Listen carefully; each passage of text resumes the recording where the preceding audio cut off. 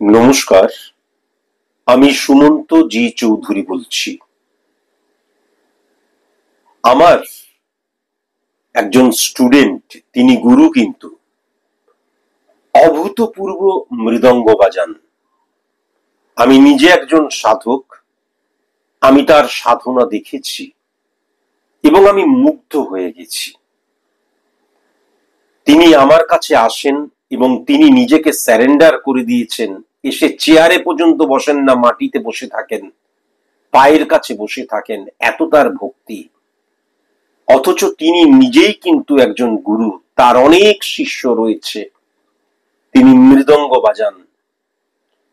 এখন প্রবলেম যেটা হয়ে যাচ্ছে, সেটা তার কিন্তু প্রফেশন, মৃদঙ্গ বাজানোটা তিনি শেখান।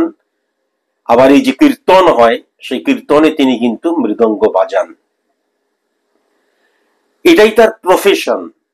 এবার তিনি না গরিব, একটু গরিব, অর্থনৈতিক দিক দিয়ে গরিব বলতে মনের দিক দিয়ে তিনি কিন্তু একদম রাজা সম্রাট বলা যেতে পারে, কিন্তু অর্থনৈতিক দিক দিয়ে একটু ক্রাইসিস তার রয়েছে।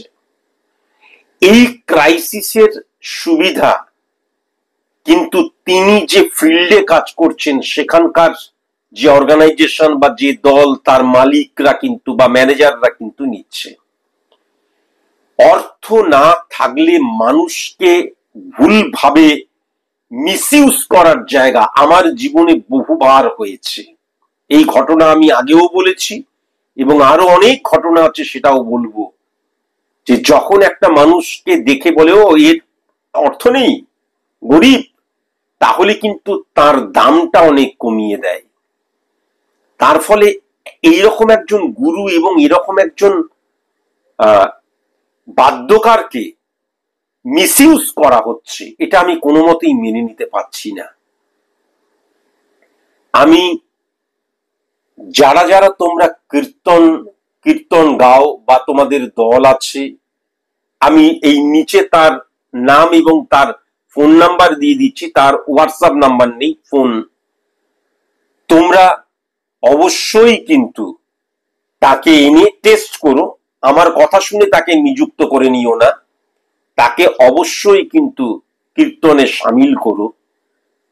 তোমরা তাকে কীর্তনে সামিল করলে মনে রেখো, তার মধ্যে আমিও কিন্তু যুক্ত হয়ে যাচ্ছি এবং তোমরা মিলিয়ে নেবে।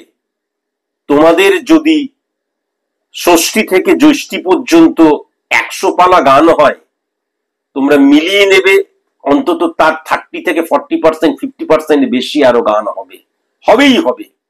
আমি নিজে সেই গান শুনতে যাব, প্রয়োজন হলে আমি নিজে আসরে দাঁড়িয়ে ঈশ্বরের মহিমা, হ্যাঁ, তোমরা যে যে সাবজেক্ট নিয়ে আলোচনা করবে সেই সাবজেক্ট নিয়েও বলবো। আগে থেকে আমাকে বলার দরকার নেই, আমার প্রিপারেশনের প্রয়োজন হয় না, আমি যুক্ত হয়ে যাব। কিন্তু এরকম একজন মহান গুরু 200 টাকায়, 300 টাকায়, 500 টাকায় কাজ করবে, এটা ঠিক নয়। আমি বিশ্বাস করি এখনো অনেক মালিক বলা হয়, এখনো অনেক মালিক রয়েছে, দলের মালিক রয়েছে, যারা গুণীজন, তাদেরকে সম্মান করতে পারে। তুমি বাজনা বাজিয়েই শুনে নিও, আমি তার কিছু বাজনাও এখানে আমি প্রস্তুত করছি, শুনো। যদি ভালো লাগে অবশ্যই তার সাথে যোগাযোগ করো। এবং কীর্তন কেবল, অন্যান্য কোনো কিছু নয়, যাত্রার ক্ষেত্রে নয়, কিন্তু কীর্তনের ক্ষেত্রে কিন্তু এনার পারিশ্রমিক পার ডে 1000 টাকা, এটা আমি কিন্তু একদম বেঁধে দিয়েছি। তোমরা অবশ্যই কিন্তু যদি ভালো লাগে, আবার বলছি, যদি ভালো লাগে তাহলে ওনার সাথে যোগাযোগ করো। ওনাকে নেওয়া মানে তার সাথে আমি যুক্ত হয়ে যাচ্ছি। আমি নিজে যাব তোমাদের অভ্যেস দেখতে, মানে তোমরা যে প্র্যাকটিস করো, রিহার্সাল করবে, আমি নিজে যাব তোমাদের, যখন তোমরা অনুষ্ঠান করবে। সব ক্ষেত্রে তো যেতে পারবো না, কখনো কখনো যাব, অবশ্যই যাব। এবং যে সাবজেক্ট নিয়ে আলোচনা করবে তার মহিমা নিয়েও আমি আলোচনা করব, যদি তোমরা চাও। কিন্তু এই যে এত গুণী মানুষ, হ্যাঁ, কি গুণ তার, কি সুন্দর বাজান, একে এর অর্থনৈতিক ক্রাইসিস আছে বলে ওই 200 টাকায়, 300 টাকায়, 500 টাকায় যেন বিকিয়ে না যায়। এটা কিন্তু তোমরা দেখো, যারা তোমরা কীর্তন গাও, যারা তোমরা দলের মালিক, সবার কাছে আমার অনুরোধ রইল।